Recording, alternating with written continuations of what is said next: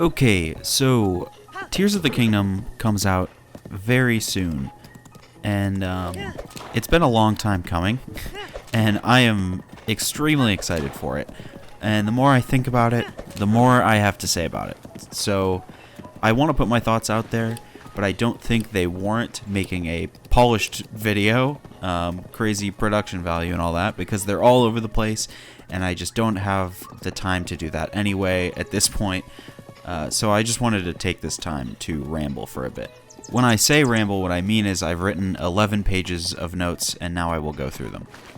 So there has been this narrative developing over the last few years, I think. If you watch YouTube videos, a lot of video essays about Breath of the Wild. I don't know how many people do that. But it's essentially that Breath of the Wild doesn't really hold up that well. And I think there definitely is truth to it. And it seems like a lot of the negativity that has been surrounding the marketing campaign for Tears of the Kingdom has to do with some of the things that were lacking in Breath of the Wild. So I definitely wanted to address some of that. For me personally, in the lead up to Tears of the Kingdom, I'm reminded of how much I loved Breath of the Wild, because now I'm seeing all these trailers, and I'm seeing a lot more people making videos about Tears of the Kingdom, and I'm just I'm constantly reminded of how much I loved Breath of the Wild. Breath of the Wild is one of my favorite games of all time. I feel like it came around at a time in my life that was really weird. And when Breath of the Wild came out, I had just moved to a new state, and I had no friends. So that was my outlet. That was the thing that I constantly came back to. And it ended up being something that I bonded with, certain people over. Even if it was basically just me telling them about how much I loved Breath of the Wild and, making a video for YouTube that admittedly does not hold up very well, and I would love to revisit at some point. But that's beside the point. And now, as we get closer to Tears of the Kingdom, and it seems even more real, I'm excited to have an experience like that again, because Breath of the Wild just felt like this once in a lifetime kind of game, and now it's sort of feeling like a twice in a lifetime kind of game. One of the main complaints that people had about Tears of the Kingdom, that people have been saying, is that the trailers have not been substantial at all, and that they haven't really shown anything. I know that this last trailer has changed a lot of people's minds. I'm going to talk about that. But I get why Nintendo wanted to market it this way. Based on the way they operate, not wanting to... think about how many games Nintendo reveals years in advance. They never do that. Breath of the Wild was an exception. Tears of the Kingdom is an exception. Metroid Prime 4 is an exception. Every other game, like Pikmin 4, is coming out less than a year after it was announced. That's crazy. Pikmin 4 is one of the most anticipated Nintendo games of the last decade. Super Mario Odyssey was announced less than a year before it came out. Smash 4 had a 3-year development cycle, and then Smash Ultimate was announced in March of 2018. It came out in December. Nintendo doesn't announce games years in advance anymore. So when they do, it doesn't surprise me when there's not a whole lot that they're willing to show off until, that last year or so of development. It makes perfect sense to me that the sequel to one of their biggest games of all time is going to be shrouded in mystery. Do I think it was a good idea to reveal it as early as they did? No. Especially given the crazy development cycle of Breath of the Wild, and that got delayed multiple times. But I think the biggest problem is that what they were showing us was basically nothing in comparison to the bombshell that was Breath of the Wild. Breath of the Wild was not just the next Zelda game, it was a new kind of Zelda game. And on top of that, it was totally uncharted territory for Nintendo. Because Nintendo tries so hard to keep everything a secret, there's not much brand new that they're willing to show, and that didn't really satisfy the fans, especially when the distance between Breath of the Wild and Tears of the Kingdom, which uses the same world and the same engine, is longer than the distance between Skyward Sword and Breath of the Wild. This is the longest distance we've ever had between mainline Zelda games. And again, Breath of the Wild was a new kind of Zelda game, so why would the sequel to Breath of the Wild have a longer development cycle than the genre-defining game that came before it? So I can totally recognize that the trailers have been a bit lacking, but also, on the other hand, I've been on the hype train since 2019, so I get extremely excited whenever I see any new footage. This whole time I was like, there's no way that the sequel to Breath of the Wild isn't gonna have its Breath of the Wild 2017 trailer moment. And so I felt pretty vindicated when Nintendo announced that final trailer and that it would have its own live stream for people to react to. Like, that's how you know it's big. When Nintendo goes on Twitter and they're like, hey, we're doing this live event, you should probably watch it. If it's one trailer they're hyping up that much, you know it's going to be big. And that trailer did not disappoint. I've mentioned it before in another video, but if you don't know already, the 2017 Breath of the Wild trailer historically is my favorite trailer of all time. So I had high hopes for this one. And, you know, I didn't think they could top it. I think at least it's fair to say that they're equal. That trailer was absolutely incredible. Everything about it. So probably the biggest fear I've seen from people is that the world in Tears of the Kingdom won't be different enough from Breath of the Wild to differentiate it. And there's, like, I get it. Like, you can only get the magic of exploring that world once. If they're using the same world, some of that magic just right off the bat, it's going to be lost. Now, the whole glorified DLC argument that I have seen, that never made sense to me. I know that a lot of people don't believe that anymore after watching the trailer, but again, people were saying that for a while, and it never made sense to me. The DLC argument implies that the world as we know it will be almost exactly the same, and that they'll just throw in some sky islands and caves on top of it. But that doesn't account for the passage of time, all the new side quests, finding new items around everywhere, new weapons, new clothing, other interesting key items, other, like, whatever the Zonai quote-unquote shrines are supposed to be. There's also a much larger enemy variety. You have all kinds of constructs. You have these flying enemies that can carry bokoblins. You have the Gleeok. You have Wario, Roblox, Splatoon, whatever this thing is. When I think about everything that they've shown going all the way back to 2021, there's so much to it that I think it can easily stand on its own.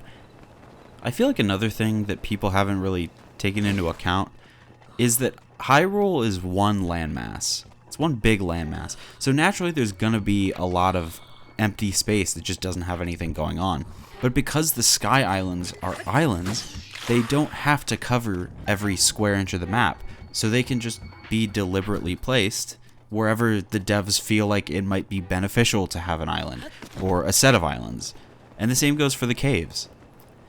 One of the ideas that Breath of the Wild was trying to push was that getting from point A to point B would be a puzzle in and of itself.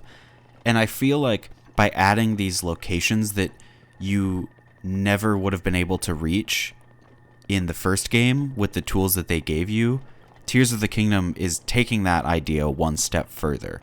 I think the experience of exploring the world will be just as good, if not better, than Breath of the Wild. It's going to be a lot more vertical. And Breath of the Wild was already one of the more vertical open world games, I think. Dungeons are probably the most requested feature. I see people talking about this all the time on Twitter.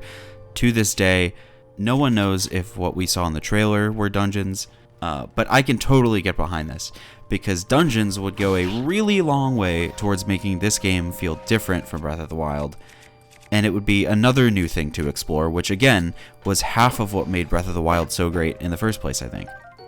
Ironically enough, I think Hyrule Castle is a near perfect example of the kind of dungeon that I would want to see in Tears of the Kingdom. It is absolutely massive. You can explore it at any time, even if you are woefully unprepared. It has multiple puzzles, it has secret passageways everywhere, has tons of cool stuff to find, and it even has the Hylian Shield. That's the only place in the game you can get the Hylian Shield, other than Tarrytown. But you can only buy the Hylian Shield from Tarrytown if you've already found it in Hyrule Castle. Whenever you enter Hyrule Castle, it always feels like there's more that you haven't explored, and you can always go back, even after you beat the game. I would like to be able to go back to any dungeon after I've cleared it and just explore to see if there's anything cool that I missed. But I can't do that with the Divine Beasts. These are the complete opposite of what I would want out of a dungeon. They are just giant puzzle boxes. They have one solution, and then you get locked out once they're solved. The items that you find inside are, at best, fail-safes for if you didn't come prepared. They're low to mid-level weapons. And at worst, they are completely useless. You can find an ancient screw inside a chest in Vonaboris, which is insane to me. Like, who needs ancient screws by the time they even get to Vonaboris? You can find like 15 of them by flipping over dead guardians on the plateau. I did think the Divine Beasts were fun the first time around, but they're short, they're easy, they're formulaic, and they all look the same. And when I'm doing a repeat playthrough, I really don't want to have to slog through the entire quest line leading up to a Divine Beast, because the Divine Beast isn't worth the trouble, especially having to do Yunobo's stupid, like, stealth mission trying to reach Vah Rudania. I hate Yunobo. I hope he's dead in Tears of the Kingdom. Now again, I get it. I get why the Divine Beasts are more watered down than the traditional dungeon because of the shrines. But the shrines have their own set of problems. There are 4 Divine Beasts in the whole game. There are 120 shrines in the whole game.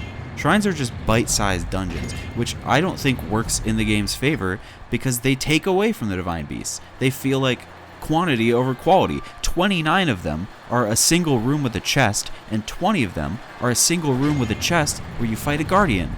The shrines all look the same, and some of them have really good puzzles, but they could have just taken the puzzles from the shrines and incorporated them into some larger dungeons instead. They don't have to remove the shrines altogether. From the looks of it, they have not, but as long as the dungeons that we end up getting feel more distinct and grander in scale, there'll be a huge improvement over Breath of the Wild. I don't even want traditional dungeons like a lot of people are saying. Hyrule Castle was anything but traditional, but it suited the type of game that Breath of the Wild was so well that I would be happy if you just gave me more places like that. I'm still unclear on how dungeons will work in Tears of the Kingdom based on that trailer, but it seems like they're leaning in the right direction. Is this lava cavern a dungeon? I don't know, but I do want to explore it. Something that I've been thinking about a lot recently is that some of my favorite games are the ones that are horribly broken, but only if you try to break them, like Mario 64, Half-Life 2, and of course Breath of the Wild. Games that are very polished at face value, but they let you totally break the game if you get creative with them. I think Breath of the Wild in particular was the epitome of this, because it gives you a bunch of tools that help you take advantage of the engine, and you can do so many cool things with it. You have wind bombing, you have flying machines made out of minecarts, you have stasis launching, all because people just wanted to mess around and see what they could do. The reason that worked was because everything was made to interact with everything. So a lot of what came out of the engine was people just wondering stuff like, what happens if I throw an octo balloon onto this bomb and use a Korok leaf to blow it over to that group of enemies over there? My eureka moment was when I saw this waterfall outside of Hateno Village, and I was like, I wonder how I can get up there. And then it hit me. I was like, wait, can I use Cryonis? And it just worked. And it was this beautiful moment where I felt connected with the game. I felt enlightened. Tears of the Kingdom is taking it a step further by letting you literally build anything you can think of. So I think Nintendo recognized how creative people were getting with Breath of the Wild, and they wanted to lean into it for the sequel rather than shutting it down. Like, Ultra Hand is literally just magnesis, but now you can pick up anything, not just metal objects, and also stick it to anything. So already my mind is racing, wondering what kinds of things I can build. Like, can I just knock down an entire forest and stick all the logs together end to end and build a really long bridge? I want this to be the next Strand type game. But then on top of that, you have all these moving parts that you can find. You can find wheels, you can find propellers. So you can build straight up vehicles too. So I think there's tons of potential for what you can do with Ultra Hand. But there's also Fuse. I'm about to gush about Fuse for a second because I think it's probably the coolest of the new abilities, and I think it's genius. One of the biggest complaints that people had about Breath of the Wild was the weapon durability, mainly because you couldn't just craft new weapons at any time. And there was no way to repair damaged weapons either. Now, I didn't mind not being able to craft weapons, but there comes a point for me when I only have good weapons in my inventory and I don't want to use them because I would rather save them for a special occasion, so then I never have any free slots in my inventory. So whenever I open up a chest and there's a weapon in there and I can't pick it up, and then I have to close the chest, drop the weapon, and then open the chest again and grab the weapon again. It's just a clunky process, and I don't like it, and there were things about the durability system and not being able to craft weapons that did end up sort of getting on my nerves. Even though I think the fact that they had durability was a good enough excuse for me to want to search out new weapons. I've been saying this nonstop since the gameplay video, but Fuse is the most Nintendo way of going about adding a weapon crafting system because of how straightforward it is. You only have to see it once to understand how it works. It's very self-explanatory. You activate the ability, you look at an object, and then you pull out whichever weapon that you want to stick that object to. There's no crafting menu. It seems like it'll work with most, if not all, physics objects. And there's a ton of room for experimentation because you can just guess what an object's properties are just by looking at it, seeing its size and shape, the material it's made out of. And then you even have some stuff like the Puff Shroom or the Keese Eyeball, which have special properties of their own. You can also combine weapons, which will not only free up inventory slots, but also improve the weapons that you already have even further. Now, Nintendo, I am begging you, please add the option at least to let us drop a weapon as we're opening up a chest. If we don't have any room for the new weapon, don't make me close the chest and then drop another weapon so I can just open the chest again. That would still be very annoying if you didn't add that. So crafting has been around for years, and it's just one of those things that no one really thinks about anymore because it works fine enough. If it ain't broke, don't fix it. But then Nintendo comes along and just totally reinvents it in the most intuitive way possible. It's incredible. They can't keep getting away with this. I love Fuse. I can't wait to stick everything to everything. I'm going to be the stickiest dude in Hyrule, man. I'm telling you. So let's talk about Ascend for a minute. It seems like the main application that I've seen some people talking about with Ascend is that it will help with the issue of not being able to climb effectively in the rain, which is definitely a huge plus. But also, it seems like there'll just be way more interior spaces anyway. You have the caves, you have the buildings that we've seen on the Sky Islands, you have possible dungeons. There's, again, that lava cavern, huge, monolithic, whatever it is. So I actually think Ascend will be pretty useful just for getting around, and that it won't just exist to solve a problem. I don't think any abilities should exist just to solve a problem, because at that point they could just add some kind of item that lets you climb in the rain. Give us a type of clothing that lets you climb in the rain at that point. Or, you could just give us a traditional crafting system instead of Fuse. But that's not a creative solution. You can use Ascend and Fuse as workarounds, but they also have other applications as well. They serve multiple purposes. So let's say you encounter some kind of obstacle, and that obstacle can only be bypassed with a specific item. Once you find that item, then anytime you see that obstacle, it's instantly nullified because you have the key that the game tells you need in order to get past it. The cool thing about Ascend is that it isn't just a get out of jail free card when you're trying to climb in the rain. Not every hill that you come across is going to have a cave under it. What if it's raining and you're like, oh, I want to get to the top of this hill, let me just find the cave under it, but there's no cave. Maybe there's a structure nearby you can use Ascend to get to the top of that and paraglide down. And maybe it's, what if it's not high enough? Well, maybe there's some materials on top of that structure, and then you can use Ultra Hand to build a vehicle out of those materials, and then use that to get over to the hill. It seems like on top of the abilities giving you more freedom to experiment with the different systems on their own, there will be a lot of potential for them to work together as well.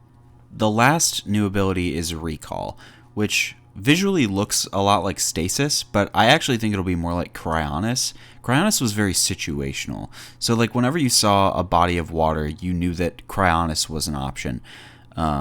Those rock ring in the water Korok puzzles, or, like if you want to climb up a waterfall. I feel like Recall will be pretty similar to that, and that there'll be a lot of situations where you automatically know that you should use Recall. We see that shot from the last trailer of the Octorok shooting the giant rock at Link, and he uses Recall to send it back. I do, however, think that it does have some potential to be a bit more versatile. The website, for instance, mentions that you can use Recall to recover a thrown weapon, which I hadn't even thought of. So I'm sure people will find a lot of fun ways to play around with the physics engine, but we'll see what happens. So the last big gameplay thing that I want to mention is the companion system. I haven't seen a whole lot of people talking about this either. We don't really know much about how they'll work, but I think it could be really interesting. So there's a shot of Link with Tulin, flying in the cyclone over Hebra, and then there's another shot of Link fighting alongside Sidon, and they both have this blue glow, which could indicate that they are companions. But I'm not actually sure that that's the case, because you see other shots with Link and some other people that look like companions, and they don't have that blue glow. You have the shot of him with the Goron and the Gerudo and all the Hylians. You have the guy with the bucket on his head, but they're not glowing blue.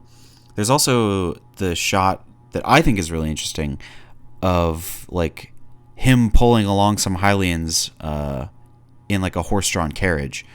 And it looks like he's built that carriage with Ultra Hand. So I'm really interested to see how that, is that a side quest? How does that, do you build the carriage and then they hop into it? How do you can you attach anything to a horse? Again, I think there's still so much that we don't know. But if the Hylians and the other random characters that we see are companions, then what does that mean about the blue glow? Do they have special abilities? Is that what that means? I'm assuming Riju is going to have a similar one. I hope I don't see Yunobo with one. I would kill myself if I have to see him again, especially with the blue glow. But yeah, the trailer keeps everything pretty cryptic, so I think that's another thing we'll just have to wait and see. There's not much I can speculate on story-wise that hasn't already been said, since pretty much everyone even remotely involved with Zelda has made a video about it at this point. I'm a little bit late to the party. I do want to talk a little bit about the story, though. The thing that I am constantly getting stuck on is the mystery lady and the million questions I have surrounding her. Why does she have the same tier as Zelda? Why does she look almost exactly like Zelda? They have the same dress, the same earrings, they have the same hair color, same eye color. They wear a similar crown. They even have similar teardrop markings under their eyes. How is she related to the mystery guy from the murals? Did she play a role in sealing Ganondorf? What did Ganondorf do to her that we see in the mural? We know that's Ganondorf because we see him at the end of the last trailer as well. All I know is she's kind of cute. A lot of people say Breath of the Wild had a bad story. And again, I don't think that's true. I think Breath of the Wild had a great story, and I love what they did with Zelda in that game. But the problem was that you didn't get to experience it firsthand because most of it happened 100 years ago. Something that keeps coming up a lot in discussions about the story for Tears of the Kingdom is the past. And my fear about Tears of the Kingdom is that they're going to do a similar thing to Breath of the Wild, and that all the really important story stuff will take place in the past with Zelda and the mystery lady and the mystery guy, and that the story will be told through visions of the past that Zelda helps Link access with her tear, just like the memories in Breath of the Wild. It's not necessarily the past itself that I'm hesitant about. If they gave me the option to interact with these characters in some way, even if it involves Link visiting the past in a cutscene or some kind of like time travel sequence, I don't know. As long as I feel like I'm actually along for the ride and not just watching it happen. It would be a huge missed opportunity to introduce these brand new characters that obviously played a huge role in the past. These are some of the most fascinating characters, I feel like, that we've seen. Clearly they play some huge, super important role, and then they were to just make them totally irrelevant in the present, just like the champions from Breath of the Wild. And I like the champions' descendants, except Yunobo, but that's less than half of the characters that I want to be interested in. Nintendo, you clearly want me to be invested in these characters, but you have to give me a reason to want to care about them. If the entire story happened 10,000 years in the past, then like, why should I care about what's happening in the past anyway? You know what I mean? How do they affect what's happening now? I do think that the companion mechanic will at least help some characters feel more important to the story than they did before. Definitely Sidon, Tulin, and Riju, they're really pushing them hard. And maybe Zelda? I was starting to lean towards the playable Zelda camp, but after the last trailer, it's a little harder for me to believe that that's actually going to happen. I think we could likely see her as a companion later in the story. I think it'd be cool if they did like a Wind Waker thing where you fight Ganondorf with her. Nonetheless, I think if she's playable or a companion, either scenario would be awesome. And again, I think it would be another missed opportunity if they didn't do either. I think companions in general could go a long way towards making Hyrule feel more lived in, and that there will be more characters with some kind of role to play. So I think if you really put everything we've seen so far into perspective, the enemies, the new abilities, the story, the world, how it's changed, this game is so much larger in scope than Breath of the Wild. It feels like they really do understand what people loved about Breath of the Wild, myself included, and they want to improve that even further, which I'm very confident they can do. I'm really not worried about the world being too similar, because one of the best parts of Breath of the Wild, again, was exploring, and I know they're perfectly capable of making it just as fun to explore the second time. I'm just not sure if they understand what people didn't love about Breath of the Wild. There were things that fell flat in Breath of the Wild. The story and the dungeons. And we can't really know how they're going to turn out until the game comes out, because Nintendo just isn't willing to show us that stuff. They want us to experience it for ourselves. I don't mind this approach because Nintendo knows that people want to see that. They know that people want better dungeons. They know people want a more involved story. And they know what they're doing by hiding it from us. And yeah, I'm a little anxious about those things. But, also, at the end of the day, Breath of the Wild managed to be one of my favorite games of all time without those things. So I'm fairly confident that Tears of the Kingdom can certainly do it again. That's about it from me. Let me know if you like this style video, I guess. I've never really done a more like rambly one like this. Maybe that's not entirely true, but let me know how you feel about Tears of the Kingdom. I would like to, hear some other opinions. I'd like to talk to some more people and see how they feel about it. Thanks for watching.